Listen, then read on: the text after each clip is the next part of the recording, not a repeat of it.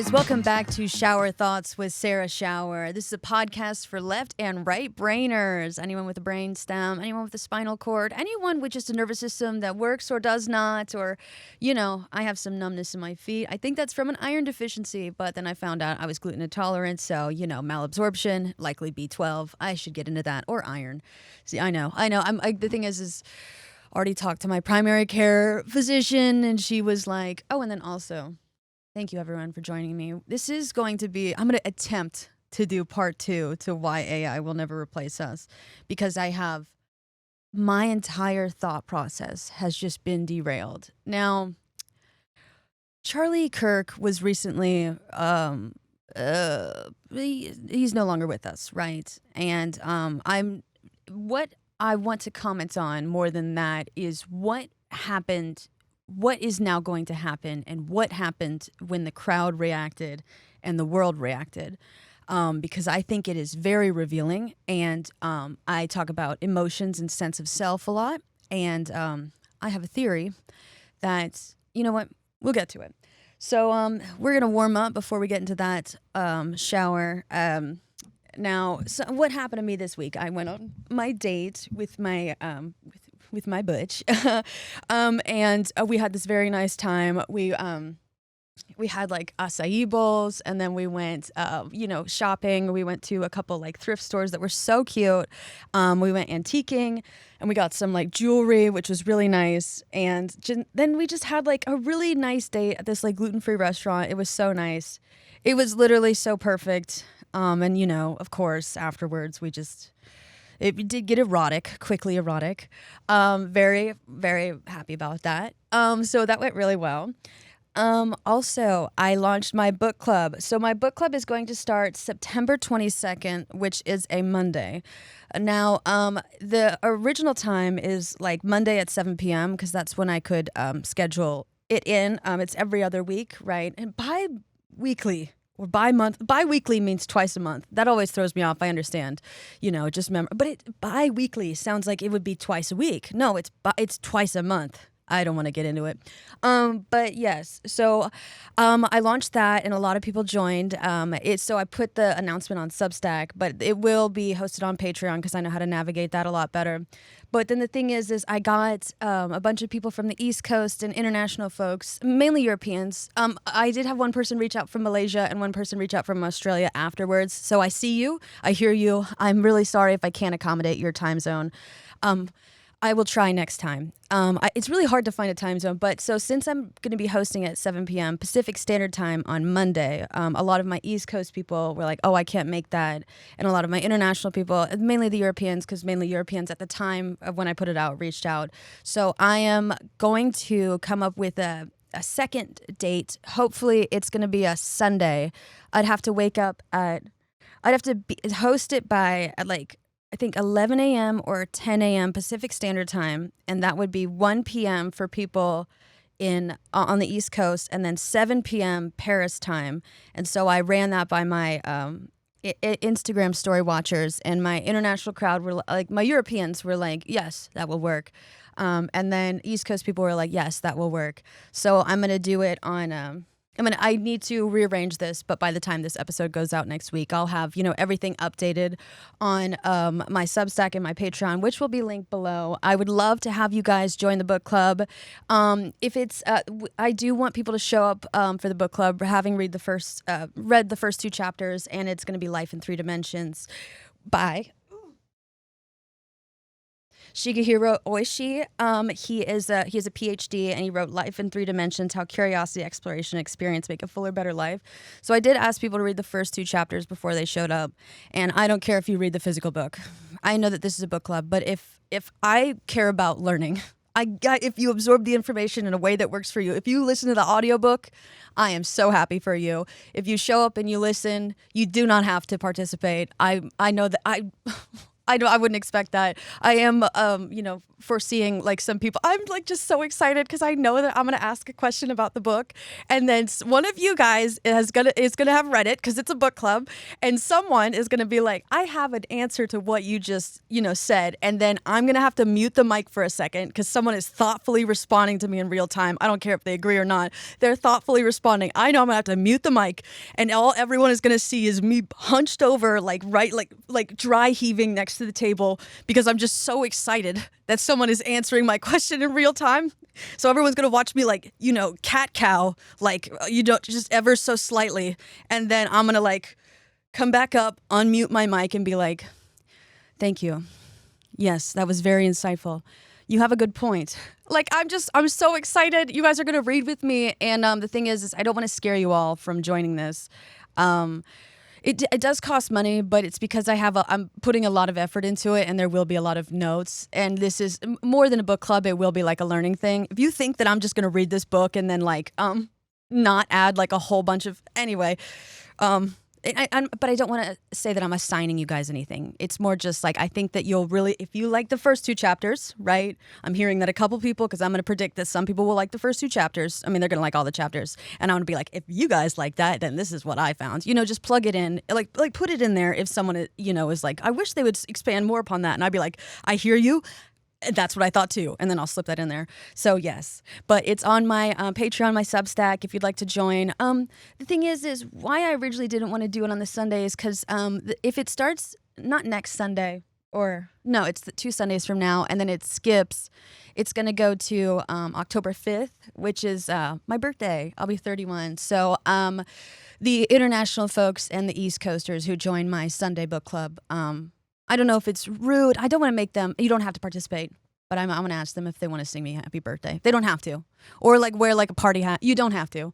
It's not always about me. But I mean, I think it's like, hey guys, this is the extra book club, and it is my birthday.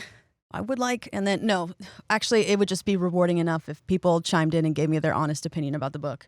Then I'd be like, this is the best birthday ever. Because the thing is okay, and I know that there are nonfiction book clubs, but like to have, like they're so not, they're rarer, right? And I know that a lot of you guys read the books I recommend, but to have people read the same book at the same time as me, and then like they know what I'm talking about immediately, I'm like, what? So it's just, that would be the best birthday gift ever. So you know what? You don't have to do anything. But yeah, Life in 3 Dimensions. It's going to be so much fun. I'm starting my Patreon back up. And then what else? What else? Oh, yeah. I had a friend is staying with me for a bit. She's going through a bit of a transition period in her life. Bit of a tough, time. And so we moved her in yesterday. I helped move her stuff in. Just like, life is hard right now. The economy is shit, right? And so, first time being a village, it's always like, be the village. And I'm like, when you're like, all right, be the village. So first time being the village, but no, I'm excited. I love her. And so, I'm just excited to, oh my God, be able to offer something helpful. You know what I mean? I mean, I know, like, I'm not like, well, sir, you help us. But I mean, like, it's really tangible. Well, knowledge is power. You know what I'm saying? Like, immediately help. So it feels good. So, yeah, it just feels, oh God. But the thing is she was worried about like the move because she doesn't like moving. And I was like, well, I'm a military brat. I do not like the United States military. I'm saying I have moved damn near 30 times in my life. When I pack up a house, like, it's like, I mean, when I saw the moving truck coming down the road, something activated in me. It's like an ancient disease, that emerged. It's similar to like how anti-vaxxer households always seem to be inventing a new form of like cholera. Just an ancient disease came from, it's my military upbringing, just arose and was like, get all the boxes out of that moving van immediately. I don't know. It was, yeah, I guess, that's not trauma. That's just my past. Anyway, yeah. So I also was reading The Order of Time by Carlo Rovelli again, because the thing is I'm reading 2 books on, the neuroscience. Well, I finished the neuroscience of navigation. I can't get into it. You guys already heard. And then I'm also reading This Is What It Sounds Like. It's so good. If you like music production, if you're a singer, if you feel like you have a hard time navigating like identity, authenticity, like feelings, all this stuff. This Is What It Sounds Like by, I'm blanking on her name. I feel so bad. I'll link it below. You should really pick it up. It is so good. And the thing is sorry. Why I'm reading The Order of Time is because like you need to understand time on like a granular level when you're talking about like music. Like I can't have a general understanding. Like I have to concrete. This is how time works, right? And like rhythm and melody and all this stuff. Oh, it's just so cool. If you like music. I had like 2 people who are music producers like, actually, I really want to pick that. You guys should pick it up. She was a music producer for 22 years, and then she became a neuroscientist. That is, and I mean this in an intellectual way, that is incredibly attractive. That is, to me, the sexiest thing some woman could do. I'm sorry. I'm not objectifying. I'm not, nothing is undressing. It's just so intellectually appealing to be so in love with your art form. Like you start off with the art route, and I'm by no means saying that music production is like easy. You went the art way, right? I'm saying to start off going in like the art path and then to pivot to the sciences is I don't want to say unheard of, but do you know, like everyone starts off like, oh, you go to, school, college, then you get like a graduate, PhD, all this stuff, right? You would go the science route first, and then this, neuroscientist be like, I'm not fulfilled. I'm going to follow my dreams and get into music. So for someone to go to do it the opposite way, I'm sorry. That is just so. And then going to school later in life that's sexy in a not objectifying way. It is just so, and I'm not saying if you went the science route and then you went the art route, like you're like not sexy as well. I mean, like you're probably incredible. It was just, and what was so refreshing about picking up her book, oh my God. After reading The Neuroscience of Navigation, this man literally can't navigate, and he missed navigating to so many points.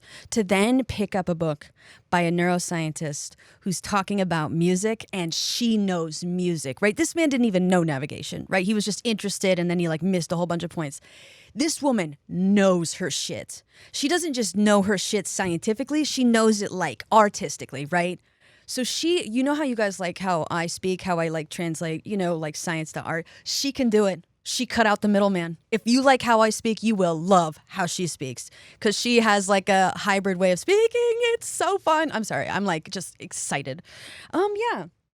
And then we are going to talk about why AI will never really replace humans. I am going to talk about more about affordances. And interestingly enough, it's just going to be, I was going to talk about how the neuroscientist guy who I'm about to, read through his article, he studies like, neuroscience in the brain. He thinks that AI has like a whole bunch of like misleading metaphors. And I love dissecting a misleading metaphor, like a thought terminating cliche. I've ranted about this in the past. If you're new here, I'm very sorry. I don't like cliches, because cliches by definition have lost their meaning.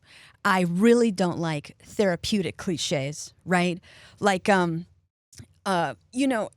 it's, because the thing is a lot of people are, when they're trying to figure out their emotions, right? Like someone says like, feel your feelings. Yeah, I guess it makes sense. But the thing is like, it's kind of lost its meaning, right? Like you have the words, and so like some people are literally like numb, like the world beats you down, you feel apathetic, you feel confined, right? There's no mobility, and so the thing is your muscles and your nervous system are linked. So some people are literally numb, like there's tension and stress that's cutting off their feeling. So when someone tells you to feel your feeling, that'd be like telling someone, and I can line up this parallel, that'd be like telling someone with dementia to just think their thoughts. Right? You know what I mean? Like, it's not, A lot of people think that there's like this whole thing against like intellectualizers in therapy spaces where intellectualizing is a very real thing. And therapists, I hear you, right? Where someone is like, oh, they don't want to, they're avoiding their feelings. Like it's a method of like self-preservation, right? They avoid feeling their feelings, so they intellectualize. However, intellectualizers are different from people who literally cannot feel their feelings, right?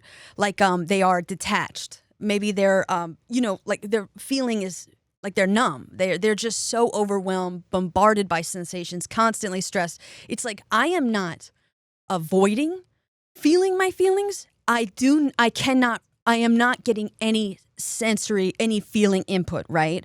And so like that's what bugs me. And then the thing is so why the dementia and like think your thoughts is when the levels of the nervous system are like, thought, movement, feeling, sensing. So a lot of executive dysfunction is like it's like you have a hard time feeling your feelings because what's between feelings and thought is going to be movement, right? And so if they're locked into place, like, and it's kind of like tying a tourniquet around your neck. If you have a tourniquet around your neck, then of course you're not going to feel anything, and that's like restricted movement. The muscles and the nervous system are linked.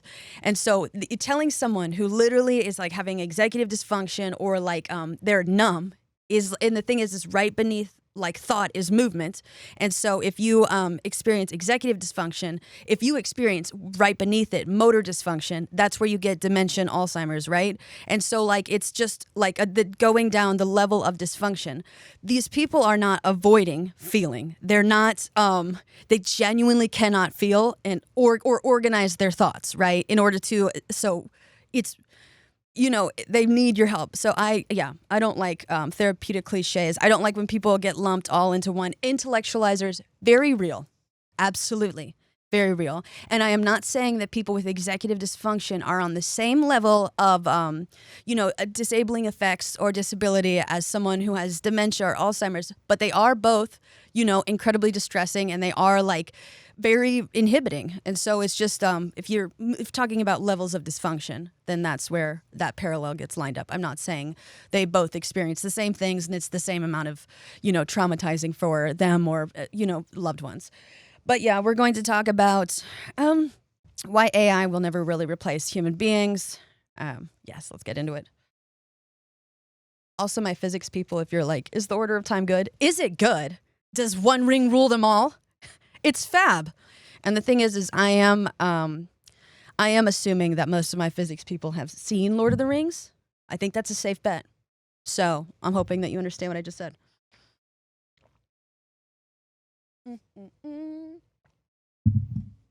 All right. So we're going to start off with the human brain doesn't learn, think, or recall like an AI. Embrace the difference. Let's get into it. Let's get into it. We are getting into it. I'm sorry. This is by the LA Times. Okay. By a guest contributor. So recently, NVIDIA founder Jensen Huang, whose company builds the chips powering today's most advanced artificial intelligence systems, remarked, "The thing that's really, really quite amazing is the way you program an AI is like the way you program a person." Ilya Sutskever, co-founder of OpenAI and one of the leading figures of the AI revolution, also stated that it is only a matter of time before AI can do everything humans can do because, quote, "the brain is a biological computer." This was so fun to read. I am a cognitive neuroscience researcher, and I think that they are dangerously wrong. And I would agree. I research it, but not professionally. I'm just a fan. The biggest threat isn't that these metaphors confuse us about how AI works, but that they mislead us about our own brains. During past technological revolutions, scientists, as well as popular culture, tended to explore the idea that the human brain could be considered as analogous to one new machine after another: a clock, a switchboard, a computer. The latest erroneous metaphor is that our brains are like AI systems. And I know that I did talk to you guys about paltering, actually, like a type of lying. It's where you present the truth in a misleading manner, right? Yes, AI can, do some computational things like abstract sort of processes, and it's like can do a lot of work for a lot of people. But to say that it is like a human brain that is misleading. It can store information. That's what it can do. So, and then the thing is like I've also discussed, paltering when it comes from business leaders or politicians is usually used in negotiation. So they're negotiating understanding with the public, right? Like, oh, we'll give you this if you give us this, which means that like we've accepted the premise, right? You don't negotiate. Like you just have to outright deny the premise, because if you are like, no, it's like, well, fuck, I'm accepting the premise. You know what? I'm denying the premise. We're going to argue semantics. Okay, so I've seen this shift over the past 2 years in conferences, courses, and conversations in the field of neuroscience and beyond. Words like training, fine-tuning, and optimization are frequently used to discuss human behavior, but we don't train, fine-tune, or optimize in the way that AI does, and such inaccurate metaphors can cause real harm. Yes. The 17th century idea of the mind as a, quote, blank slate imagined children as empty surfaces shaped entirely by outside influences. This led to rigid education systems that tried to eliminate differences in neurodivergent children, such as those with autism, ADHD, or dyslexia, rather than offering personalized support. That is so true. Okay, so like, the thing is you can see how baked into, like, we're taught to believe that these are like normal, natural ways to like learn and grow and develop. The thing is a lot of times, a lot of people, okay, so for example, speech comprehension, speech production share the same neural pathways, right? If you read something out loud, like you're going to comprehend it a lot easier, right? Because they're using the same neural pathways. And however, in a traditional American school system, right, you have to shut up, right? And you're taught that silent reading is how you learn, right? It's more professional and all this stuff. But the thing is silent reading is just so other kids don't get distracted by you, right? There's not a whole lot of noise. So it's not an arbitrary constraint. It like serves a purpose in the school system. However, if you want to study and really make it stick a lot quicker, read it out loud, okay? And you don't have to, when you study at home, try to read it out loud, okay? So yeah, I'm talking about like how we're taught to believe this is the right, correct way to do stuff. No, it's just so capitalism can, kids shut up, you're an assembly line, no expression, because if you're talking and you're kids, you're playing, right? We don't want to play, we want to lock you into a role. So if you stop speaking, you stop moving, right? You can be our little factory. And so then the people who really, are affected by this, people who like STEM or people who have like, so dyslexia is like a hard time, navigating like text space, right? Which is why you break up like text with like different colors, intentionally, right? And so it gives your like a map through the, the block of text, right? But yeah, similarly, the early 20th century black box model from behavior psychology claimed only visible behavior mattered. As a result, mental health care often focused on managing symptoms rather than understanding their emotional and biological causes. Yes. So again, we're talking about, how society teaches us these things. The people who say that like only... They're talking about visible reality, which is like objectivity, right? However, feelings, internal, right? But the thing is like I've said a million times, you guys are going to be like, shut your mouth, for your brain to index abstract thought. Internal, you need label, internal, external, right? And then social context. So the thing is if you can't see your feelings, right? Or your feelings are detached from the label and the context, right? And you think that, oh, my feelings aren't real, you're not going to be able to process it. You're not going to be able to index it. You're not going to be able to recall it and like go over it in like a, intentional, mindful way. You're going to be in a context and you get triggered, right, by a word. And so now your brain is like kind of essentially traveling back in time to that moment. You don't know you can't index it and navigate around it. So the thing is being a visual creature is actually a huge evolutionary disadvantage, right? Because this does relate to the whole Charlie Kirk thing. If you need to see something to believe it, and you're having like all these awful feelings inside, the thing is most really bad neurological or disorders, right, or like cancer, right? You don't if you're starting to see dementia or Alzheimer's, unfortunately, that means you did not catch it in time. If you're starting to see cancer, right, there is no almost no treatment options. So being only focusing on things when you can see them, right, is not good. Yes. Yeah. And so now there are new misbegotten approaches emerging as we start to see ourselves in the image of AI. Digital educational tools developed in recent years, for example, adjust lessons and questions based on child's answers, theoretically keeping the student at an optimal learning level. This is heavily inspired by how an AI model is trained. This adaptive approach can produce impressive results, but it overlooks less measurable factors such as motivation or passion. Imagine two children learning piano with the help of a smart app that adjusts for their changing proficiency. One quickly learns to play flawlessly but hates every practice session. The other makes constant mistakes but enjoys every minute. Judging only on the terms we apply to AI models, we would say that the child playing flawlessly has outperformed the other student. However, the thing is but they don't enjoy it, right? They're now trapped in this role and they're going to feel limited and constrained. And so it's just judging them on their appearance. Oh, they're performing it well. Do they even like it? And so then, if you start to hate something, right, like you start to get really angry, yeah. And then that starts to build up and now you're mad all the time, yes. But educating children is different from training an AI algorithm. That simplistic assessment would not account for the first student's misery or the second student's enjoyment.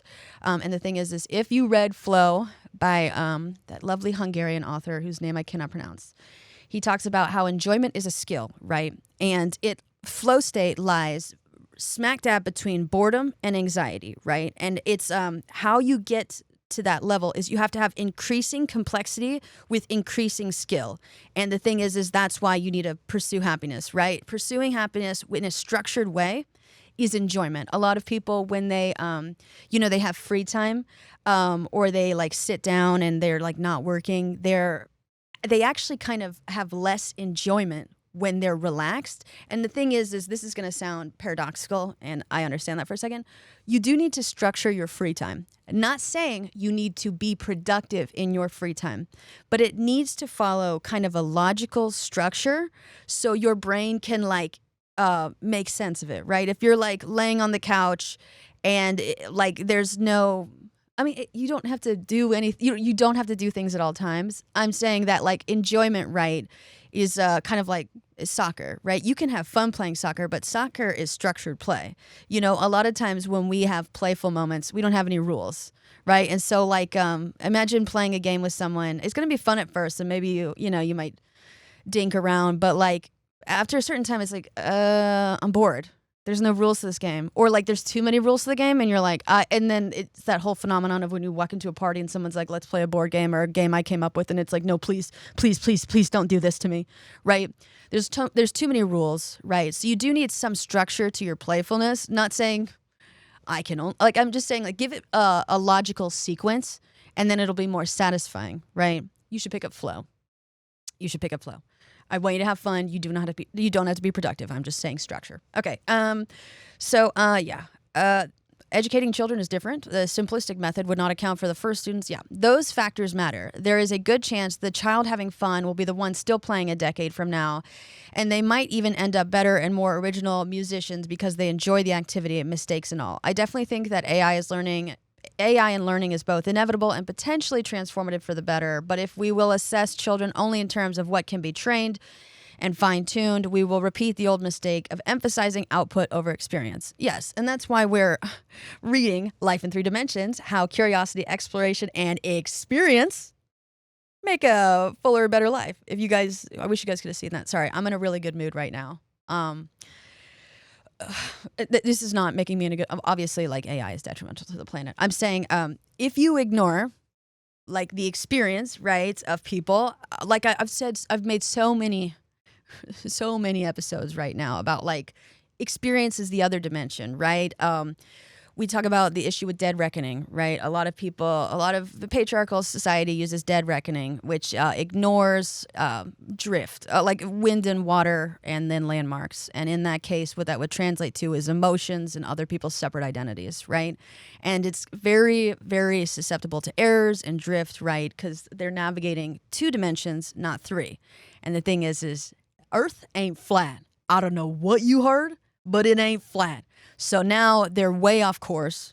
And a lot of people are following men, right? Like, or they center men. And so now a whole bunch of society is basically adrift in the ocean. So yeah, you need experience, which will give it is like feelings, sensations, and like it just different like lived experiences. And that will give you the third dimension, right? And so now, oh my God, we're 3-dimensional. This is a fuller, better life. And now we don't have to dig ourselves out of a hole and have a midlife crisis. When people have a midlife crisis, they're like, oh gosh, I want to play now. I want to buy toys. I want to be a kid. But and so they end up buying everything. They end up picking up where they left off. So if you just start playing, like structured play, pick up flow. I'm not sponsored by them. I wish. And you start to play, whether it just be a hobby. It could be like some sport. It could be a book club. It could be arts. It could be dressing in a way that you're cooking, right? You're playful with it, right? And you don't beat yourself down like your parents, but you do have some structure. You're going to I'm so serious. You're probably going to skip your midlife crisis. Because the thing is what? You haven't defined yourself by your work anymore, right? You get out of work and you have some fun things. Oh, so when work eventually ends, you're like, oh, wait. I wasn't defined by my... dude, I'm fucking great at knitting. I can make music. So now I have more time to do that if we can retire. I am also factoring in what is happening with Social Security and the current administration. But yes, you probably will skip the midlife crisis. Let's keep going. So yeah, they use AI as a tool that helps them produce good... Okay, yeah. I see this playing out with undergraduate students who, for the first time, believe they can achieve the best measured outcomes by fully outsourcing the learning process. Many have been using AI tools over the past 2 years. Some courses allow it and some do not, and now rely on them to maximize efficiency, often at the expense of reflection and genuine understanding. They use AI as a tool that helps them produce good essays, yet the process in many cases no longer has much connection to original thinking or to discovering what sparks the students' curiosity. They use AI as a tool that helps them produce good essays, yet the process in many cases no longer has much connection to original thinking or to discovering what sparks the student's curiosity. Life in 3 dimensions: how curiosity, exploration, and experience make a fuller, better life. Interesting. So curiosity, emotionally, is going to be wonder or awe. And the thing is do I have time? You have to be, so wonder and awe are both fear, happiness, right? A childlike sense of wonder is going to be happiness plus fear. They have a happy disposition because they are pursuing knowledge, right? But they're afraid, and so they're gleefully going into the unknown, discovering things for themselves. Now, where most of us as adults are going to experience, we do experience wonder, yes. But also, we're mainly probably going to experience awe. And awe is fear, happiness. Oh my God, I got a book this weekend that... Okay, wait, I'll get to it. So, awe, right, is... and awe and wonder are conductive, right? They're conducive, like they are literally... So you can be awestruck, right? So if you have awe, right, you're afraid, and a lot of adults are afraid, and that's to be expected, when we're kind of locked into place in our roles, where a lot of us, when we start pursuing happiness, we're going to be like a little bit timid. I'm going to pursue some happiness like here and there. And then, you're going to experience awe. You're going to be like, oh my God, I took this glass blowing class. I took this candle making class, or, I finally got this this piece to fit in this ship in a bottle. And you're going to feel awe for a second, right? And then likely what's about to happen, if it's strong enough, you repeat it enough, you're going to be awestruck, right? And so surprising revelations, okay? Surprise is going to be like lightning. It's going to be illuminating and grounding, okay? And the thing is what's so cool about emotions is their metaphysics. But the thing is so acceptance, happiness plus fear. It's the relief of clarity, which is electromagnetic fields, and then the weight of knowing. So it's the relief of clarity, but the weight of knowing. It's happiness plus sadness, which is like both electromagnetic field and then gravitational field, right? Because it's tied to mass. And so the thing is, it's your still emotion. Oh my God, it's so cool. Your quote unquote still emotion. That does branch into my theory on near-death experiences. Anyway, so it's you see things and you're held in place. You're awestruck, for a second. You're awestruck, and then when you're struck by lightning or struck by revelation, you are going to be still for a second. So surprise is fairly short. However, you're like accepting this truth. Oh my God, this was fun. This was cool, right? And so like when you accept it truth, right, and you have surprise and happiness, you are delighted. Delighted is the emotion most associated with learning. And the thing is that's positive learning. The emotion most associated with negative learning is embarrassment, right? Surprise plus sadness, okay? And so the thing is a lot of people fear being perceived, or they fear being different because it's embarrassing. They were taught early on that embarrassment, right? Like, so you make a pivot, right? However, if you're delighted instead of embarrassed, you're like, oh my God, I went out on a limb. I pursued my own happiness. I was awestruck. I was surprised. I accepted a truth. I am capable of doing something. I'm going to keep going. And then it's delightful, delightful, delightful. And then you're hitting your stride, right? You're going to be like, you're going to feel joy. And this is where, why I get so excited when I read, right? I am just so genuinely happy to be learning. Because the thing is this is a reciprocal process. I have to get derailed for a second. There might be a part 3. I'm sorry. There's just so many good things to talk about. What is so cool when I talked about like last week is that when I annotate, it's all affordances, right? When I go through the book and I highlight, my emotions, right? Or and I know the granular aspect of emotions. And I also listen to you guys. I listen to your problems. I listen to your context. I listen to the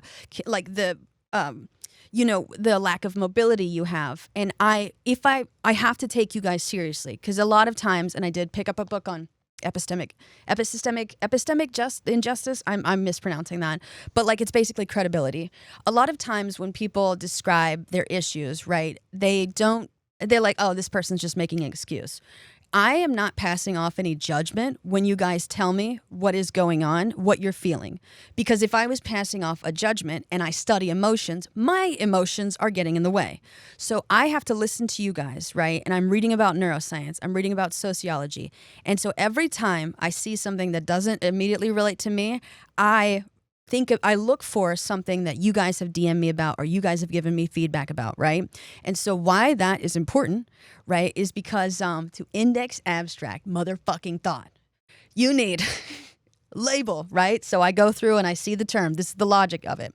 Internal, external relation to self. This is me or y'all. Or the thing is, and then it's contextual nature, right? Like the social context. And so since I'm reading things that are largely abstract in understanding, the thing is neuroscience. Well, it depends on the concrete, or you're talking about thought. But I'm basically indexing abstract thought, understanding concepts at a rapid rate with the help of you guys in the form of questions, right? You give me a question, right? And that is actually my context. You guys gave me context. And now the reason why I'm able to remember a shit ton of stuff in this book is because if I went through and I just looked for shit that immediately related to me, right? It's going to get self-referential. I'm going to start spinning in circles. That's what happens when you dead reckon and you only like everything in relation to self. It's not inherently a linear process, but when it gets nonlinear, it's going to start spinning in circles. And that's what your brain will do if you only look for shit in a book that relates to you. You're just going to go around and around. You're going to get bored. You're going to be like, I don't care about this anymore. However, if I set up, right, if I incorporate you guys, right, I can keep going, right? There's direction. There's context. There's direction. And the thing is your brain, your abstract thoughts, everything is linked by association. If you guys are giving me the context and the feels, and I'm giving the feels and searching the context, we are both walking through this book together. And it only works if I share what I've learned, right? Sometimes I will talk about stuff that doesn't directly deal with me. So this is truly a reciprocal process. We are fueling each other. If I got to, and this is not to be parasocial, right? I understand we should all understand boundaries, right? Is that If I did not take your guys' feelings, emotions, situations, experiences seriously, I would not have learned, genuinely, truly, half the shit I have learned just from how the brain works. So I have to take you seriously. And the thing is you give me feedback, right? And I search and then I present it. And now we are fueling each other. We are both moving along, navigating the world. It's so cool. What was I talking about? All right, let's talk about this. I forgot the original point. But anyway, oh yeah, there will be a part 3 to this. Oh crap. The book I got at the bookstore. I think it's called The Technique of Knowing. It was published in 1950 of knowing. 1950, please. Book. You know what? I'm gonna put it in the the link below. The thing is it was an old library book that this like tiny little bookstore got. So you have to, I looked for it. You have to find it on eBay. But why it's so cool is that I always talk about emotions having like, sensory components, like it relates to the nose or the eyes or the ears or something. This book had its own breakdown graph of like feelings when satiated, feelings when lacking and stuff like that. And then it had like feelings associated with at the bottom, like, disgust or empathy. And this book was written in 1950 and it had its whole outline chart. So you guys are always asking me, oh, like where do you see like the emotion equations? That is from a lot of study. And so the thing is it's mainly, it's the shorthand when I give you the emotional equations, the shorthand for individualistic cultures. If I gave you the shorthand for collectivist cultures where you share emotions, the math would get a little bit more complicated and I'd have to also explain a different dimension of, sharing emotions. So I just use shorthand for individualistic. But if I were to break it down and where and how I understand emotions, there'd be a lot of like dopamine, endorphins, like, electromagnetic, like all these. I mean, I do use those words, but I want to be understood. So what I'm saying here is this guy from 1950 made his own chart and I looked through it and I was like, let me see if that lines up with my chart. I was like, this is so fucking cool. Anywho, please feel free to run this all by a therapist. And then you're going to run it by your therapist and your therapist is going to be like, I think I get it. And I respect that. I understand. You're kind of being thrown in the deep end. Okay, so yeah. So if we continue thinking within this brain as AI framework, we also risk losing the vital thought processes that have led to major breakthroughs in science and art. These achievements did not come from identifying familiar patterns, but from breaking them through messiness and unexpected mistakes, trial and error. Oh my God, I have to. Okay, this is explaining also. I always tell you guys, I want to be clear. I want to be understood. I don't want to be right. And so the thing is when you're raised in a world that's black and white, you hear me say, I don't want to be right. You're thinking, oh, I'm just spewing like nonsense. No, I'm saying if I'm clear, I'm communicating clearly so someone can understand me that if I'm wrong, they can give me genuine feedback. However, if you aim to always be right, you will not engage with information or context where there's the possibility of you being wrong, right?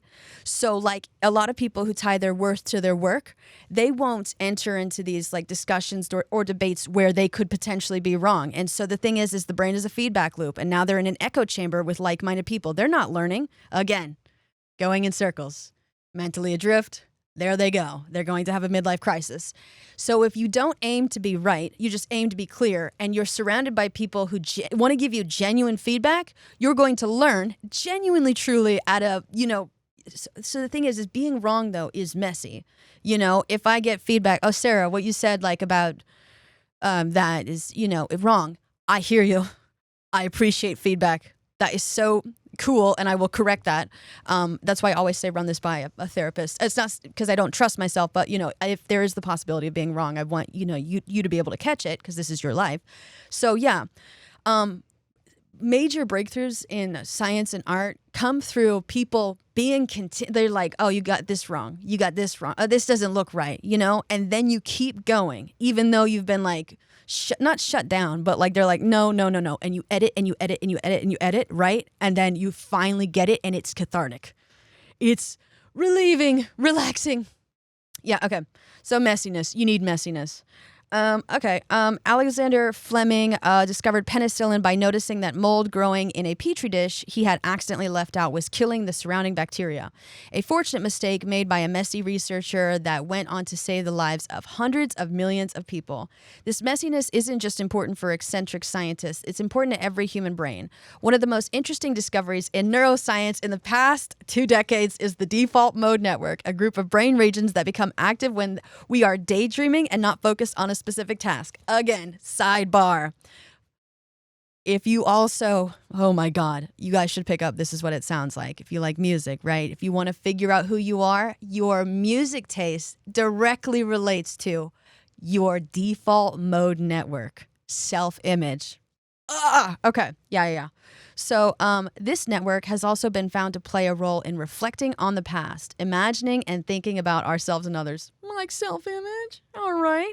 Disregarding this mind-wandering behavior as a glitch rather than embracing it as a core human feature will inevitably lead us to build flawed systems in education, mental health, and law. And okay, again, another sidebar, right? Mind-wandering, okay? Your brain literally maps, okay? So the thing is if you're like, oh, every time I let my mind wander, your brain is just exploring different opportunities. Your brain maps in the same way, like it maps physical locations as it does like social, locations, like real and imagined, okay? So if you don't allow yourself to dream, you don't allow your mind to wander, right? Your brain, you're not exploring your map. You're not curious about what lies beyond, and you're locked into place. You're literally your brain's not even on a journey of self-discovery. And then we do have when there's like excessive mind wandering, but the thing is it makes sense to have excessive mind wandering when your body is particularly constrained all the damn time, especially for people with ADHD. Damn. Sit still, don't stim, don't talk. And the thing is stimming is someone trying to release energy. The thing is there's so many, they can't even release any energy. And so why are they mind wandering? Oh, so when their feet can't move, you expect their brain not to just run away? Yeah. So, okay, unfortunately, it is particularly easy to confuse AI with human thinking. Microsoft describes generative AI models like ChatGPT on its official website as tools that, quote, mirror human expression, redefining our relation to technology. And OpenAI CEO Sam Altman recently highlighted his favorite new feature in ChatGPT called memory. This function allows the system to retain and recall personal details across conversations. For example, if you ask ChatGPT where to eat, it might remind you of a Thai restaurant you mentioned wanting to try months earlier. It's not that you plug your brain in one day, Altman explained, but it'll get to know you and it'll become this extension of yourself. Now, the thing is autistic people are not like robots. We are not. We are human beings. We just have a hard time when it comes to emotional expression, right? And so the thing is a lot of emotions are contagious. However, a lot of times you got to consider eye contact is overwhelming, right? So if you look off, you're literally going to be hard to read. And also if you're looking off because eye contact is overwhelming, right? It's very intense, is that you're not going to be able to practice reading people's faces and expression and all this stuff. There's a whole lot more different factors, okay?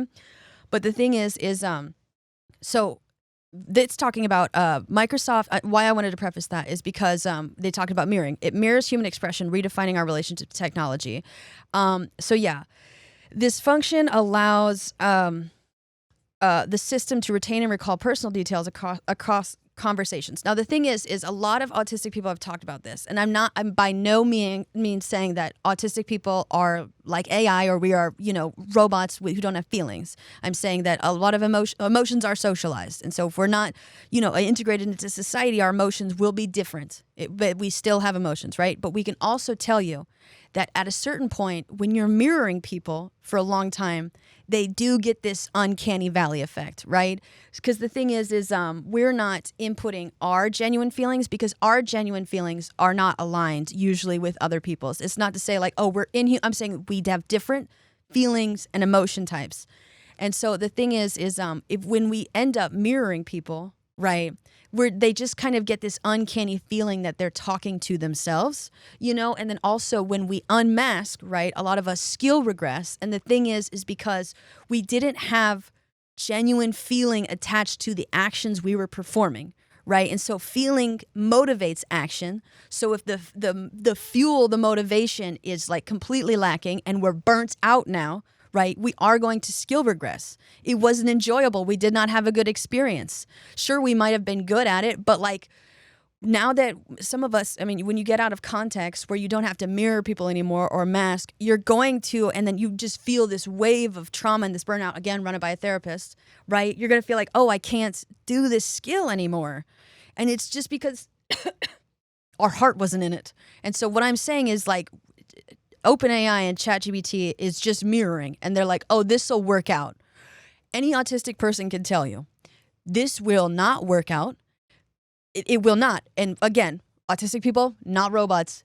And by any means, I'm saying mirroring is not living. You know, it's not true expression, right? That's why we feel relieved when we drop the mask, is because it's not who we genuinely perceive ourselves to be. Okay. So the suggestion that AI's memory will be an extension of our own is again a flawed metaphor. Leading us to misunderstand the new technology in our own minds. Unlike human memory, which evolved to forget, update, and reshape memories based on myriad factors, AI memory can be designed to store information with much less distortion, or forgetting. The thing is you want to be able to forget. There's actually, oh my God, damn, I should have brought so many books today. There's a couple, what is the... well, you can't forget anything. There is, I read about this. Hyperthymesia, also known as highly superior autobiographical memory. People with this rare condition can recall an extraordinary number of personal experiences in vivid detail, but this inability to forget can also be a significant burden, making it difficult to cope with negative memories. Yes, it's incredibly rare. I was reading about it. Oh God, which book was I reading about it in? I'll link it below. Again, they'll all be linked below. But AI can't forget, and sometimes you want to forget. Like sometimes you really do want to forget. A life in which people outsource memory to a system that remembers almost everything isn't an extension of the self. It breaks from the very mechanism that makes us human. That is so true. If you outsource your memory, right? A lot of times people, oh my God, so many episodes are coming together. The reason why journaling works is the reason why just writing down notes the first time you hear someone start talking or the first time you read a book doesn't work, right? Because the thing is you're writing down to, like a lot of times when you journal, you want to get it off your chest. And so the thing is if you're like recording it, right, there's, your brain is like, okay, I'm expressing myself, I'm letting it out, right? But when you journal, you write down stuff and you're like, okay, fine, I feel good, I feel relieved. Now, the thing is, however, if you're trying to learn and you outsource your memory, that would be like, again, the most ineffective study technique of where you read something and then you pause to write it down. You read something, pause to write it down, read something, pause to write. You're going to forget that shit. Just like you not forget it with journaling, but like you're going to forget it. Actively listen first time. Actively listen, okay? It's kind of like... it makes it incredibly hard to learn. So the thing is most, if a teacher is like talking, right? And you're listening to them give a lecture. And every time they say something, you write it down. And then you listen, you write it down. And then you're like, I'm going to learn it that way. Sure, but it'll take you a long ass time. It's similar to if you listen to a song for the first time. If you wanted to learn a song, the most ineffective way to learn a new song is play the first lyric, right? Write it down, pause. Play the second lyric, write it, like pause, write it down. Third lyric, pause, write it down, right? The thing is you listen intently first time through. If you want to know which action or how to mirror people, is honest to God, watch those listening parties where they listen to like, Taylor Swift's full album all the way through. Look at exactly how they've cocked their head and how like some of them have closed their eyes and they are listening to the words she is saying. And most of them are not talking. And the thing is I understand the not talking in the school context, right? Because that's if everyone's excited, But they are listening and they are trying to process the words. And so then they listen to it a second time, right? They're still listening intently. They're like, okay, maybe someone starts to dance. But then around the third time, they're like, okay, so you got to listen intently all the way through. Outsourcing your memory is not an extension of self. It's an external hard drive, right? Outsourcing memory is just, I mean, that's what the thing is like your parents have forgotten like almost everything because never mind because I can't get into that part. Okay, so so a life in which people outsource memory to a system that remembers almost everything is an extension of self. It breaks from the very mechanisms that makes us human. It would mark a shift in how we behave, understand the world, and make decisions. This might begin with small things like choosing a restaurant, but it can quickly move to much bigger decisions, such as taking a different career path or choosing a different partner that we would have, because AI models can surface connections and contexts that our brains may have cleared away for one reason or the other. Yeah, and so the thing is most decisions are going to happen like, in the prefrontal cortex, like decision making. You outsource. The thing is decision making, like planning and all this stuff. Those are like high order cognitive functions. And so a lot of times when you talk about like invisible labor, like I just asked my wife to, plan the date for us, outline all the ingredients we need to get, make a, decide what time and who's coming over, right? You're outsourcing like very important skills consistently, and you're going to skill regress. And then, when these types of men and partners, right, it could be anyone, grow later in life, they're going to be like confused. I don't know what I want to usually my wife did it, but now she left. I don't know how to. So yeah, you outsource your memory, your decision making process a lot. You're going to be like devolve a wee bit, skill regress. Okay. Because this outsourcing may be tempting because this technology seems human to us, but AI learns, understands, and sees the world in fundamentally different ways and doesn't truly experience pain, love, or curiosity like we do. The consequences of this ongoing confusion could be disastrous, not because AI is inherently harmful, but because instead of shaping it into a tool that complements our human minds, we will allow it to reshape us in its own image. Right. So the thing is where it would be an extension of self is what you could see with disability devices or like accessibility devices where it's like a walker or a wheelchair or, like a hearing aid, right? They're still, disabled people are still making decisions for themselves. They're choosing what they want to do, with the mobility device, right? It truly is an extension of self, which is when I talked about like how to trust yourself if you have any accessibility devices, right? Like to open the scope beyond immediate like area with like blood flow and stuff like that, because it is, it is you, right? If you were to separate yourself from this device, you would not be able to, the world would be incredibly inaccessible for you, and life would be like awful, right? So when fucking airlines destroy wheelchairs, that is like breaking someone's fucking legs. You can't just let them get away with that, right? This is someone's like, method of, this is how they move throughout the world. And they just, oh, sorry, we broke it. Also, sorry, we broke it. It's fucking like $30,000. Even if it was $100, like $100 wheelchair, like I don't know where you found that, but like it's still, oh, we just snapped your ankle. We just snapped your knee. Sorry there's nothing, we couldn't do that. So yes, AI, however, is performing a task for someone, right? It's not genuinely like helping to accommodate you, like create. It's taking on the entirety of the labor, right? And we talked about it's not symbiotic, right? It's you're telling it to do something, you're telling it to do something, you're telling it to do something, and then it's doing it for you, right? Symbiotic is where it's reciprocal exchange. This AI is, there's articles I didn't get to. It's eating itself. It's creating like cancer for the atmosphere.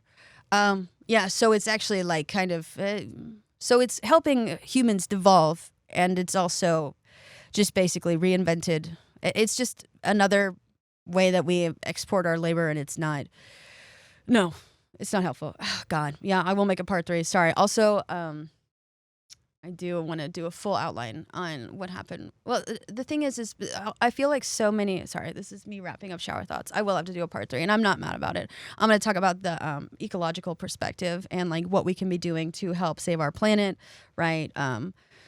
Please stop using AI, or please stop using, okay, anyway. But yeah, this has been shower thoughts. That was, this was, I love talking about metaphors. that don't line up. Because the thing is you're talking about like, oh God, I have so many theories. I came to record too excited. I do this all the time.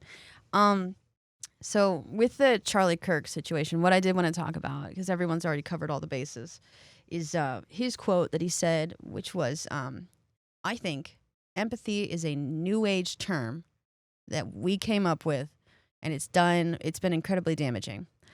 Now, empathy is not a new age term. Empathy is, most morals are rooted in disgust or empathy, and morality came about with abstract thought. And abstract thought came about around 100,000 years ago with the rise of Homo sapiens. So it's not new age. I mean, it's new age if you're like looking at the entire expansion of human evolution, or just or just the existence of the universe, then yeah, 100,000 years is not that much. But to say it's like new age as if it's like ska, nor it's not. It's not. Oh God. Ugh. When there's a resource. Yeah, you know what? I can't.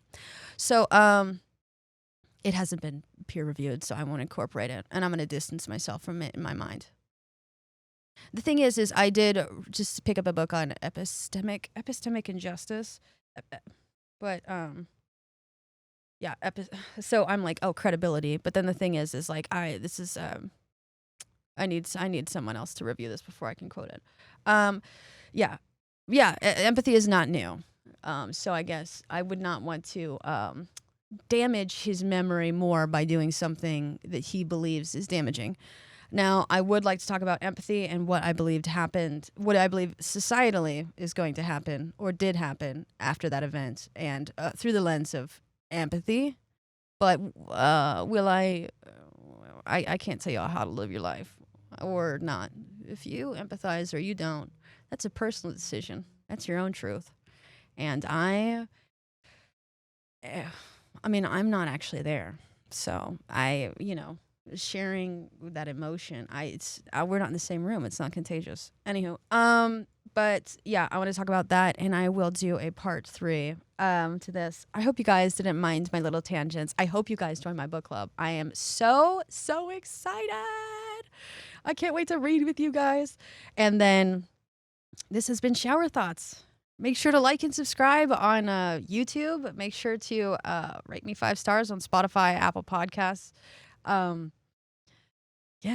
I'm not celebrating death.